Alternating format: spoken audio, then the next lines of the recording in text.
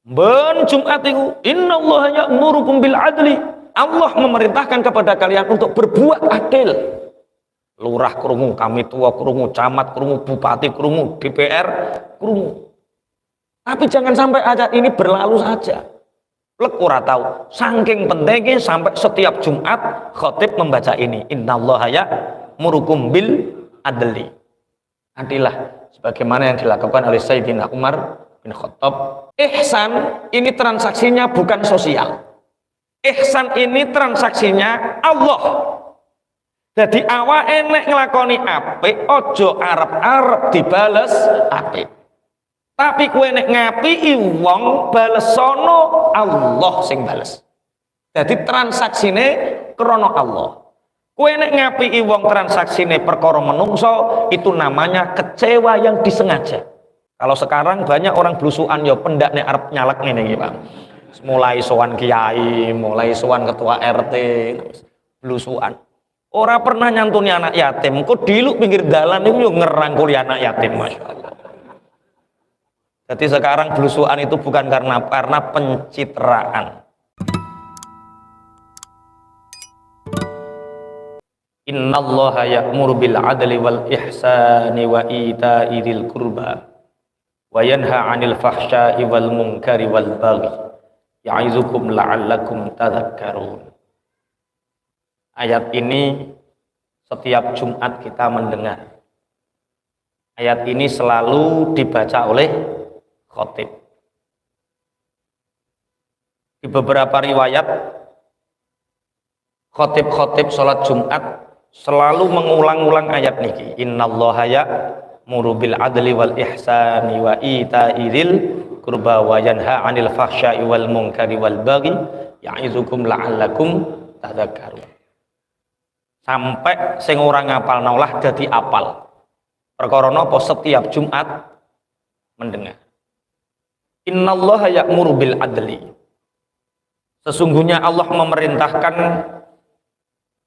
dengan keadilan. Wal ihsani dan memerintahkan berbuat baik. Wa ita'i dzil qurba dan memerintahkan memberi kepada orang yang punya hubungan kerabat.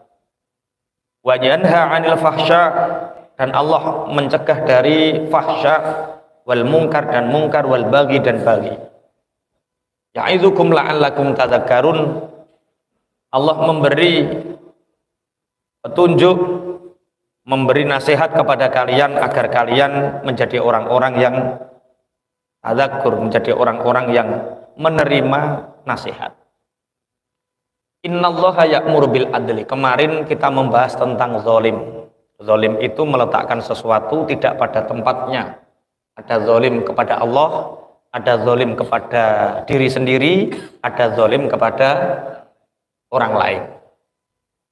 Kalau kita berdosa kepada Allah, harapan terbesarnya adalah Allah punya rahmat kasih sayang. Sing kanthi rahmate Allah niku insyaallah disepuro kali Allah. Allahumma. Lah sing abot yang berat itu zalim kepada orang lain. Mengambil hak orang lain. Memakan yang bukan hak kita. Mendapat sesuatu yang bukan hak kita. Niku sing paling berat. Besok hisabnya di akhirat berat. Zalim kepada orang lain bisa berupa harta, bisa berupa kehormatan, atau bisa berupa aniaya secara fisik. Semua itu nanti hisabnya berat. Ada zalim terhadap diri sendiri. Lah, lawan daripada zalim itu adalah adil. Lawan daripada zalim itu adalah adil. Kalau zalim menganiaya, menyakiti, itu membuat kerusakan, sumber kerusakan. Berarti kalau adil itu mendatangkan kebaikan, mendatangkan kemakmuran. Itu adil. Sayyidina Umar bin Khattab itu salah satu Amirul Mukminin, salah satu manusia yang sangat masyhur keadilannya. Sayyidina Umar bin Khattab pernah menyewa unta. Menyewa unta, dalam transaksinya itu beliau akan melakukan perjalanan sekian marhalah. Misal kita nyewa mobil, ini mau saya buat ke Madiun, berarti lumrah Madiun mana? Bojonegoro, Sugiwaras, Nganjuk, Saradan, Caruban, Madiun. Rutenya itu. Sayyidina Umar bin Khattab menyewa unta untuk melakukan perjalanan sekian marhalah dengan bayaran sekian. Akhirnya yang menyewakan unta ini juga ikut mengawal, karena yang di coro saiki ngono ya disewa LP, disewa travelé.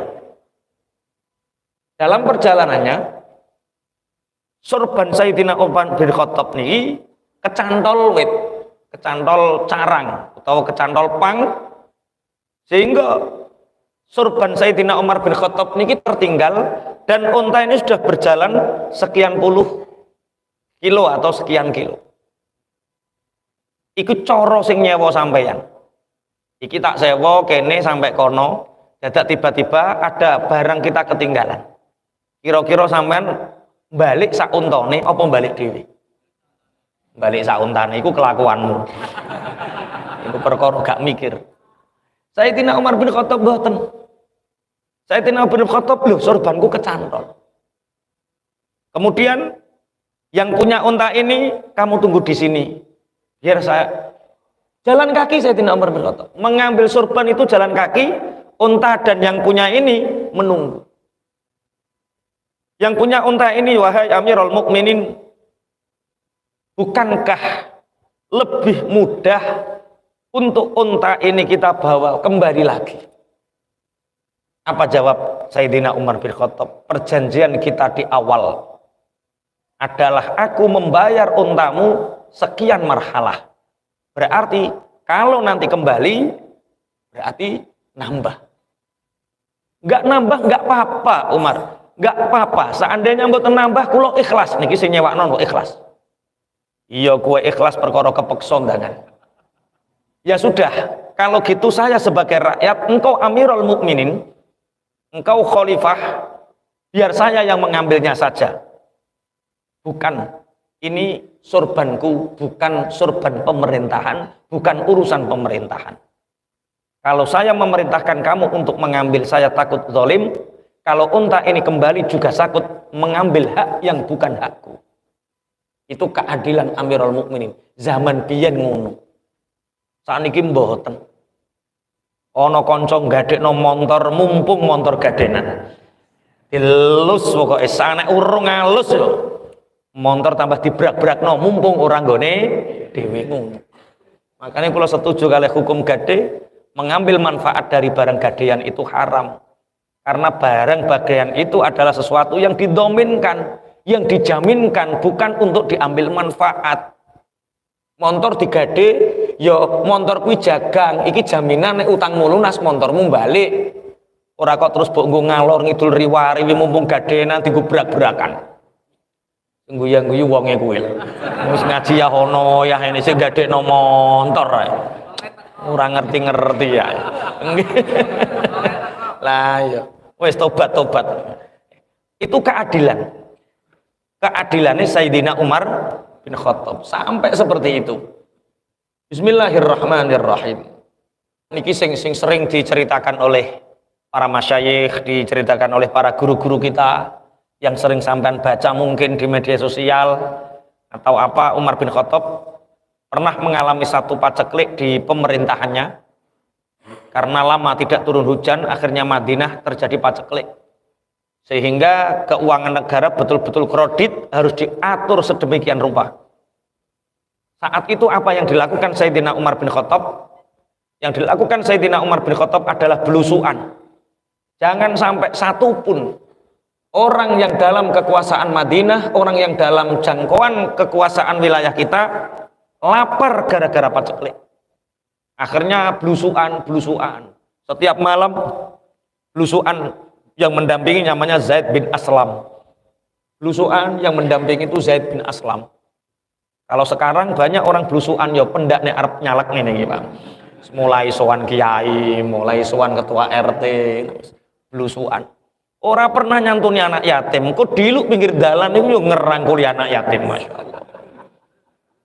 Jadi sekarang belusuan itu bukan karena pencitraan. Mulanya aku setuju Mas Taib yang digawekno gambar gede. Tiga ning ngarepe toko, aku ora nyalek dodol bensin. Iya, setuju kira-kira dibandani setuju ya. Sesuk gawekno foto desinan apik ning ngarep tulisi ora nyalek dodol bensin, penting halal. Bismillahirrahmanirrahim. Engko apa dibandani ngaji ati njaluk anggaran Pak Eko paling piro le 300 wis cukup lho.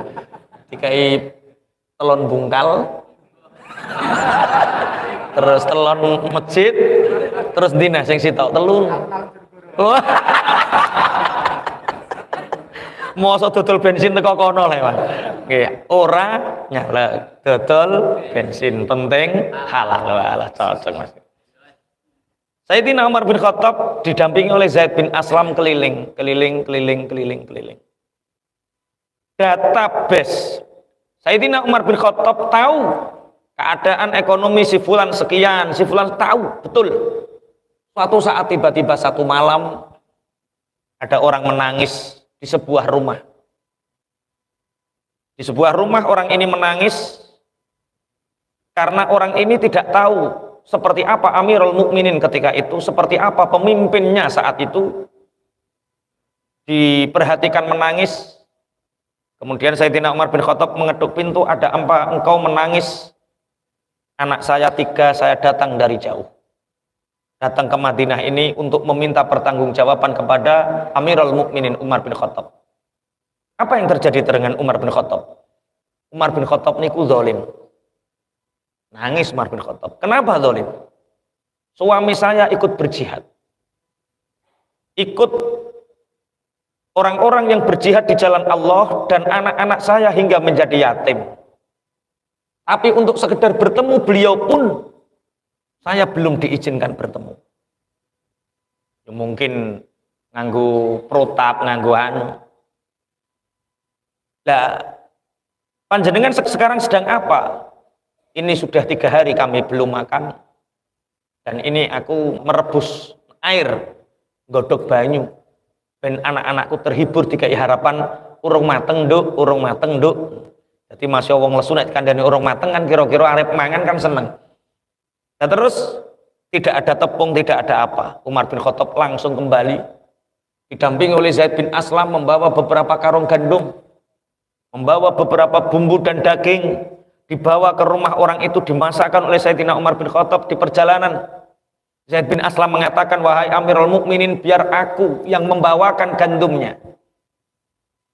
Sayyidina Umar bin Khattab mengatakan, apakah engkau mau memikul beban dosaku besok di hari kiamat?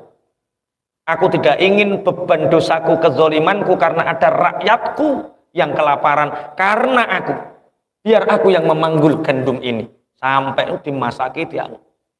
Saya hanya minta satu, nopo Mas? Jangan doakan Umar bin Khattab dengan kezaliman. Jangan doakan Umar bin Khattab dengan keburukan, karena sungguh Umar bin Khattab sangat ingin memakmurkan rakyatnya. Beliau tidak tahu keadaan ini, beliau tidak tahu kejadian ini. Itu Amirul Mukminin Sayyidina Umar bin Khattab. Hari ini kita bisa saksikan orang-orang yang menjadi wakil kita. Jenenge wakil itu mesti sak ngisore.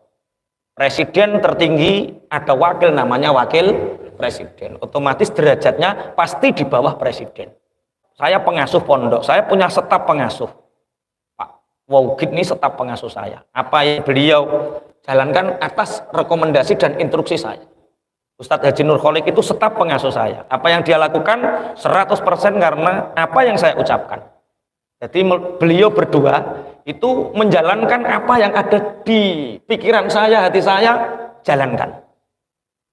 Nah, jenenge staf mesti sak ngisore pengasuh. Sama seperti itu.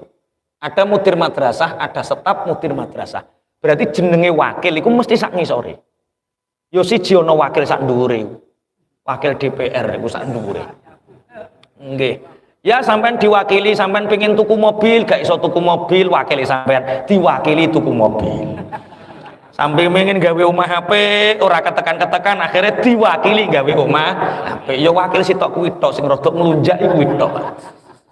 Ini belum berbicara tentang keadilan. Setiap keputusan, perundang-undangan atau apapun yang dihasilkan dari rencana yang menghasilkan untuk dirinya bukan untuk tasarruful imam manutun bil maslahah, itu zalim. Dan hisabnya di akhirat luar biasa. Makanya ada satu kaidah fikih, tasarruful imam manutun bil maslahah.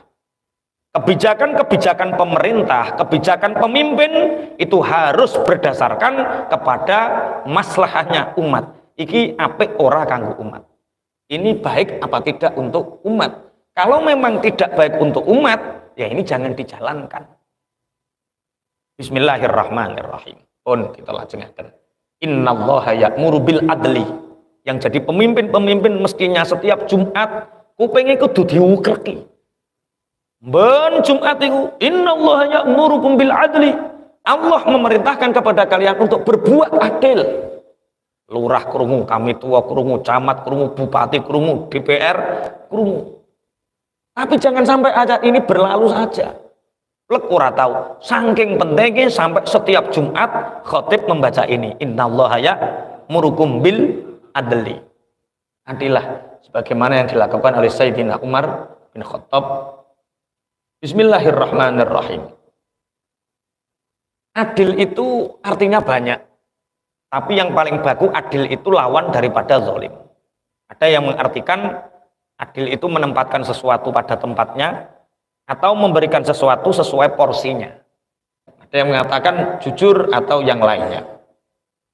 Bismillahirrahmanirrahim. Innallaha ya'muru bil adli. Innallaha ya'muru bil adli wal ihsani. Satu, Allah memerintahkan kita untuk selalu adil. Bahkan yang paling masyhur, Rasulullah bersabda, seandainya Fatimah putriku yang mencuri, maka aku sendiri yang akan memotong tangannya. Betapa Rasulullah keadilan dijalankan, bukan tajam ke bawah, tumpul ke atas. Undang-undang hanya untuk berlaku bagi orang yang di bawah, yang di atas lepas. Indonesia ini ngerinya setiap tahun ada koruptor yang lolos ke luar negeri dan berpuluh-puluh tahun nggak pulang, ya aman-aman saja, Pak. Itu entah karena memang sudah mati disantet karo sopo ya orang ngerti, atau karena menghilang karena mukso ya orang ngerti, atau memang dia dapat layanan yang luar biasa di luar negeri sehingga lebih nyaman di luar negeri daripada di Indonesia. Ini kelemahan kita. Makanya saya pesan yang hari ini nyalek lah. Sing konco-konco nyalek, ayat ini tulung nek wayah khutbah dirungokne. Innallaha ya'muru bil adli. Sekali Anda tidak adil, zalim, pangapunten, itu lawannya tidak manusia. Cakwin kawula alit, Mas Taib ki wong kuat. Wong kuat ki yo misalnya investor gede.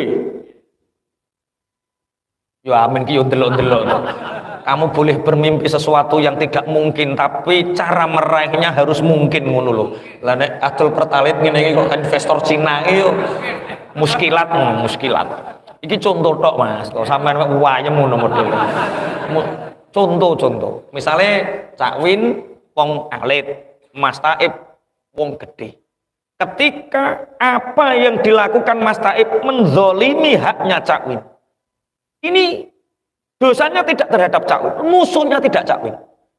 Dosa zalim itu pangapunten tidak langsung dengan manusia, walaupun yang disakiti manusia, tapi zalim itu langsung berhadapan dengan Allah. Langsung berhadapan dengan Allah. Makanya jadi Kanjeng Nabi, doa orang yang dizolimi itu tidak ada jarak antara kemustajabannya dengan Allah, langsung diijabah. Perkara napa wong zalim iku mungsuhe langsung Allah. Kok dowedi itu sampean modele tambah. Wes. Adil. Sing nomor loro wal ihsan, dan berbuat baik. Semua kebaikan itu akan mendatangkan kebaikan. Semua keburukan itu juga akan mendatangkan keburukan. Kowe nek kepingin uripmu apik, ya lakonono apik. Nek kowe kepingin uripmu elek, ya lakonono elek. Iku keniscayaan. Tidak ada kebaikan yang tertukar dengan keburukan. Ini nek wong lanang do meneng, sing angeli ngendari wong wedok. Aku lho wis tak apiki ra karu-karuan, tapi yo aku nasibku ngene wae. Aku kurang apa aku jajal, aku kurang apa aku. Ngomong wedok ngono ki biasane. Yo kurang apik asline. Nek uripmu cek elek berarti cek kurang apik. Innallaha ya'muru bil adli wal ihsan. Ihsan niki bukan berarti terus sampeyan ono. Nah, ini bahasa saya ihsan iku ngoten. Nek eneng wong apik diapiki, nek eneng wong elek ya diapiki niku ihsan. Ihsan niku iso ngapiki wong sing ngeleki kuwe. Nek ngapiki wong apik niku lumrah, wong kowe diapiki kok kowe ya kudu bales ngapiki wae. Idza huyyitum fahayyu bi ahsana minha. Nek kowe dikai penghormatan, dihormati wong, maka hormati dia melebihi cara kamu menghormatinya. Mas Taib dolan ning nggonku misale tak kei karo gedang cilik, gedang saya hormati sari temu gedang ulin. Maka ketika saya berkunjung ke rumahnya Mas Taib, ya kudu gedang rojo, seprit ngono. Iku jenenge wa idza huyitum bi tahiyatin fahayyu bi ahsana minha. Nek kowe iku diapiki wong, dihormati wong, kowe kudune bales kelawan penghormatan sing lebih. Sing penghormatan sing lebih, ojo kurang. Ojo kok Mas Taib ning nggonku tak kei gedang rojo, aku dolan ning ngene dhek kei gedang kluthuk, kan gak imbang. Masa gedang rojo kok dibalesi gedang kluthuk. Tapi dhek mesti bantah. Menghormati itu tidak harus pemberian, Pak Yai. Menghormati itu bisa berupa sumeh, mesem, guyu, terus mendoakan ngono. Tapi mendoakan karo mesem tok ya lesu, Mas. Ora mbok kei ya lesu. Paham nggih? Lah, berarti normal nek wong apik wae kon bales kanthi keapian sing luweh apa nek wong elek. Wong elek iku rung mbok eleki kelakuane pancen elek. Kuwi nek mbok bales elek, kowe sing ora turu. Katok klebu pikiran. Mulane nek eneng wong elek ya kudu mbok apiki ben gak nemen-nemen eleke.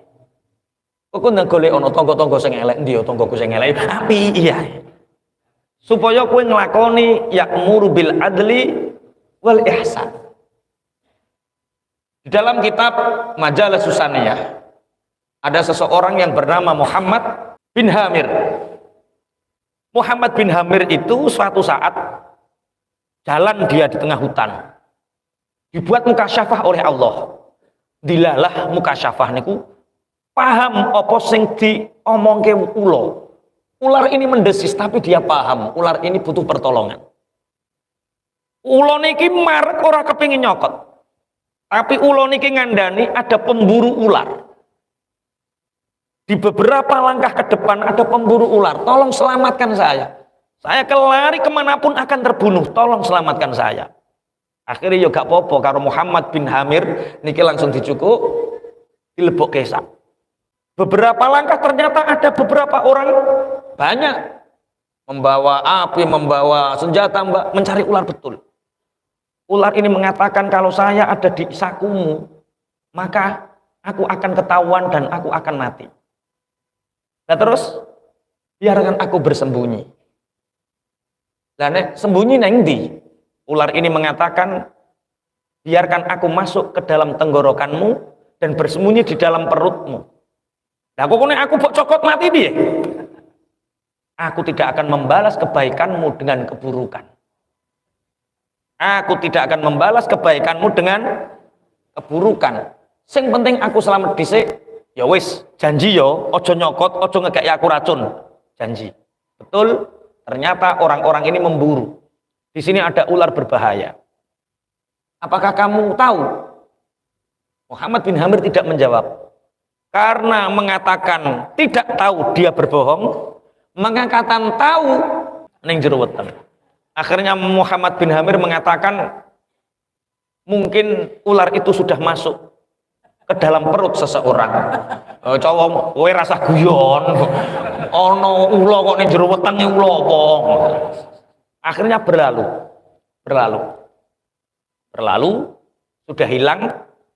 Ular ini berada di tenggorokan dan mengatakan, "Hei orang bodoh, tidak ada ular itu baik.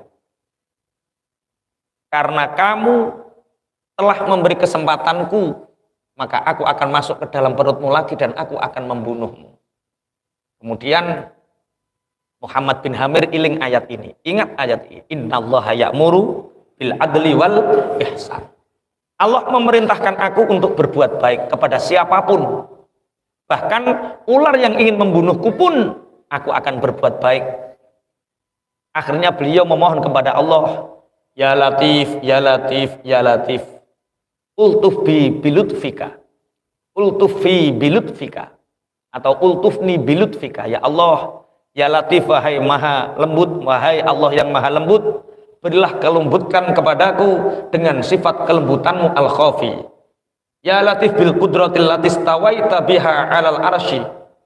Ya Allah, dengan kelembutanmu dan dengan kudrahmu yang engkau menguasai atas segala arsy, maka engkau adalah penguasa segalanya. Illa ma kafaitani hadhil hayah, kecuali kekuasaanmu atas ular ini.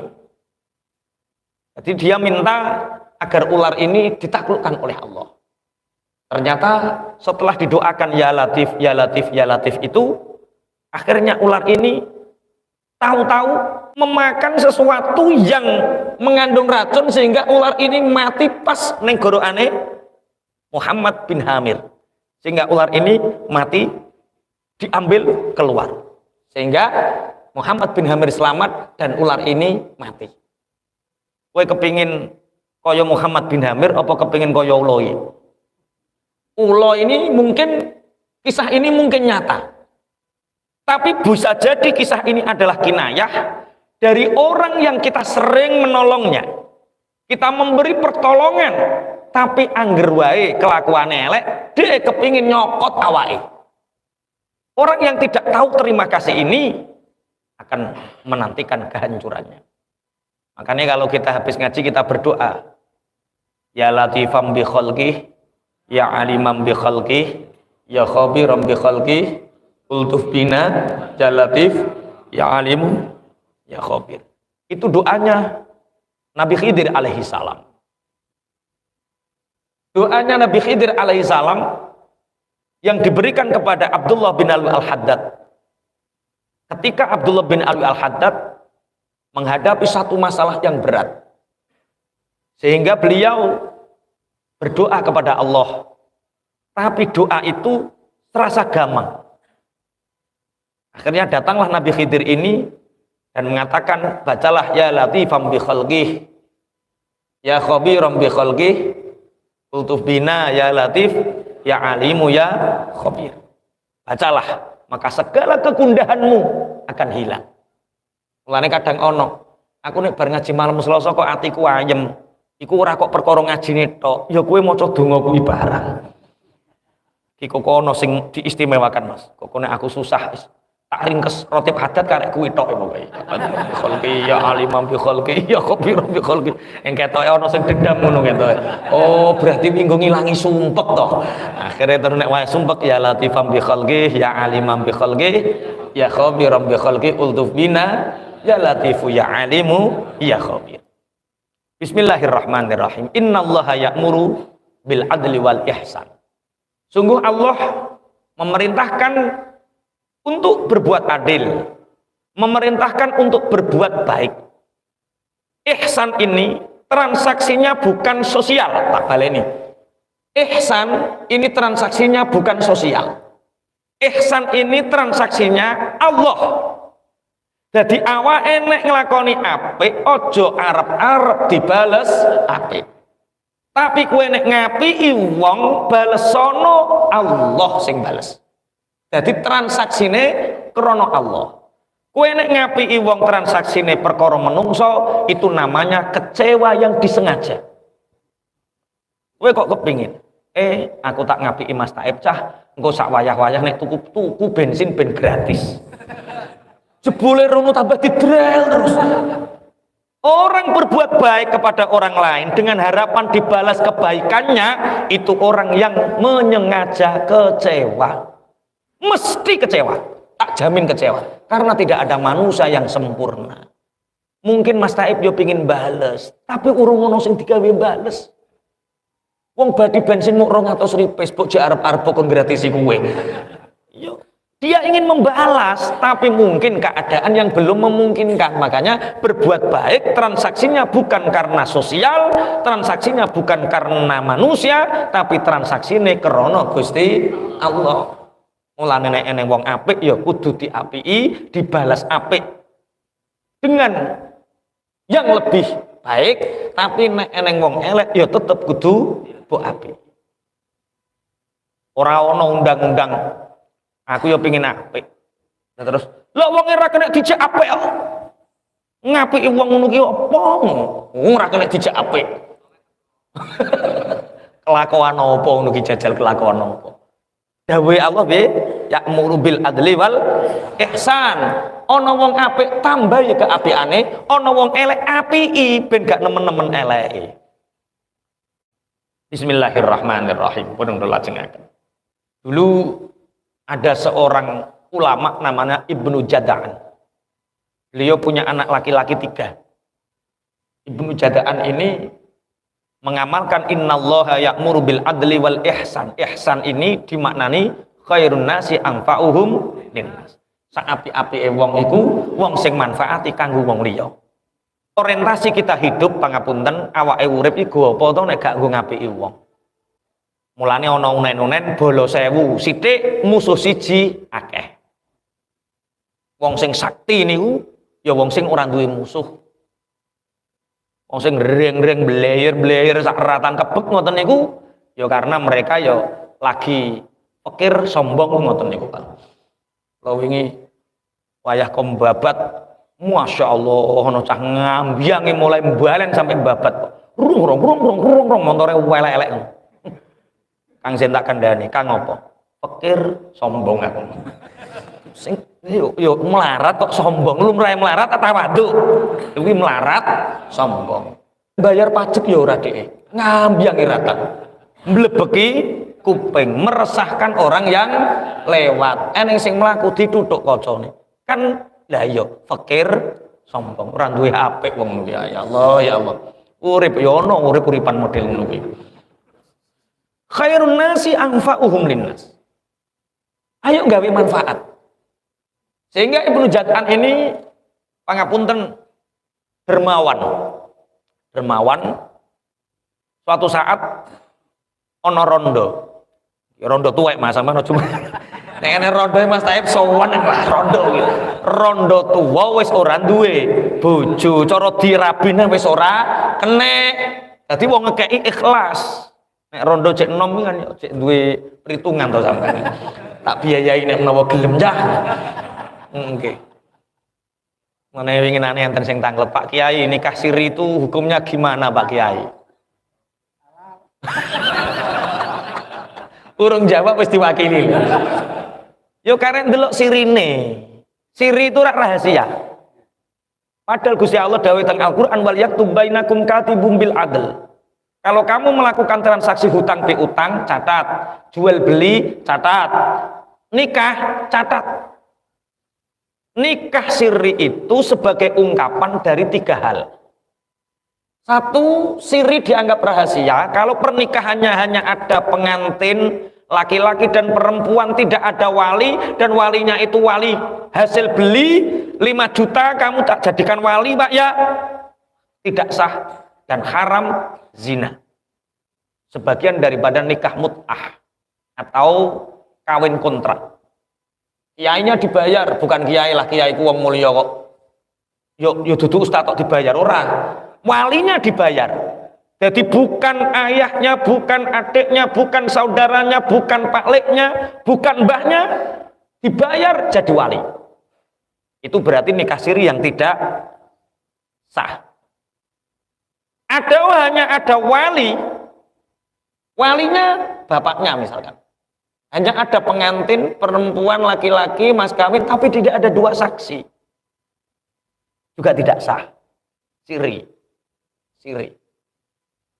Tapi kalau laki-laki perempuan ada, walinya ada, kemudian 2 saksinya ada, mas kawin ada, orang banyak ada, tapi tidak dicatatkan, itu sah secara agama, tapi melanggar undang-undang negara.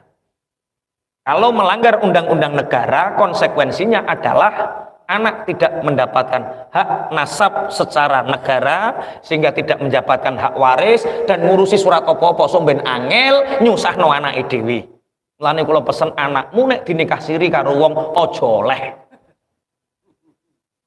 Wong tuku sertifikat tanah Bu, catetno kok.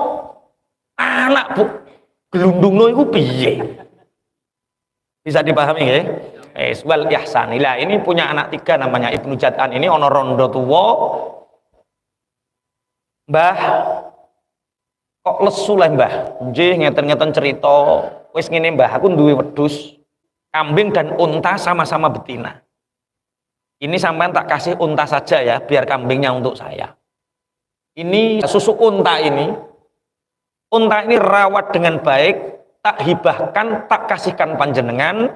Nanti jenengan bisa kuat, anak-anak jenengan bisa kuat dengan susu unta ini dikasihkan. Dan anaknya tahu bahwa tetangganya yang janda tua ini dikasih unta. Ini ihsan.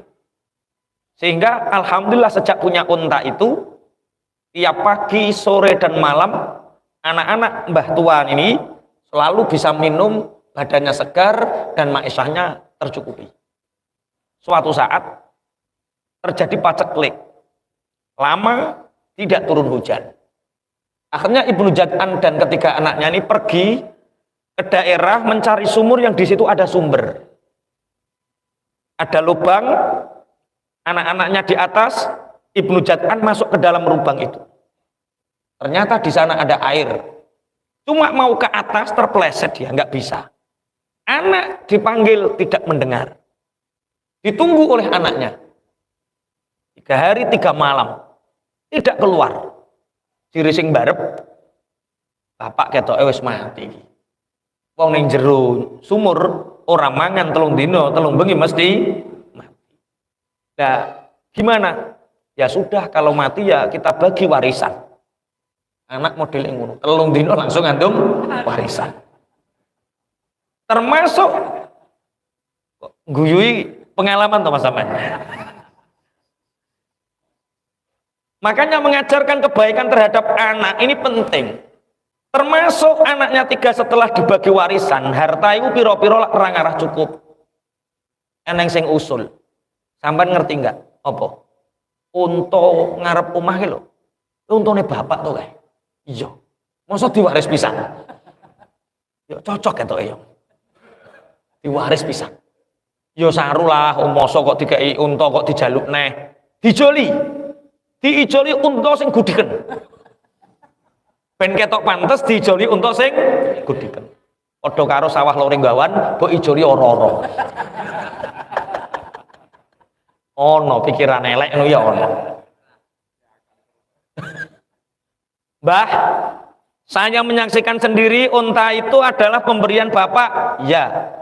Kami minta tak ijoli unta ini.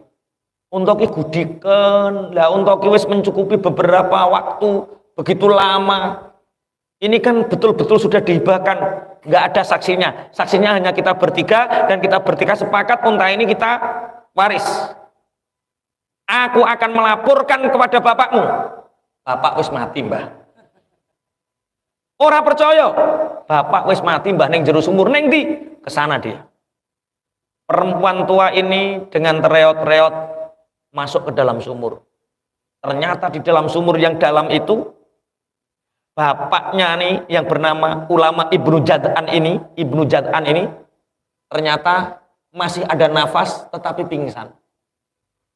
Dikasih air minum, kemudian dituntun bareng-bareng munggah masih selamat. Anaknya heran. Bapak kok masih selamat? Ya nak. Bapak selama di dalam sumur sebenarnya tidak terjadi apa-apa, cuma tidak bisa keluar. Selama berhari-hari Bapak selalu dikirimi susu unta yang sangat segar tiap pagi, sore dan malam. Sehingga Bapak segar. Cuma 2 hari yang lalu susu itu tidak diantar. Susu itu hilang sehingga Bapak hampir saja meninggal. Ciri wong wedok sing tuwa iki, Pak Ibnu Jad'an apa? Anakmu kuwi lho. 2 hari yang lalu meminta unta betina itu, sehingga unta betina itu tidak kembali menjadi sedekah, hibah, tapi harta yang diambil, sehingga pahala di akhirnya sudah hilang. Mane model ngono kuwi lho. Nek ngekei ya wis rasah diutik-utik, nek bapake ngekei anak ya rasah diutik-utik. Ini memberi gambaran kepada kita. Iku padahal zaman biyen wis terjadi. Zaman sekarang masih ada seperti itu. Bapake ngekei karo anake dijaluk ngoten niku.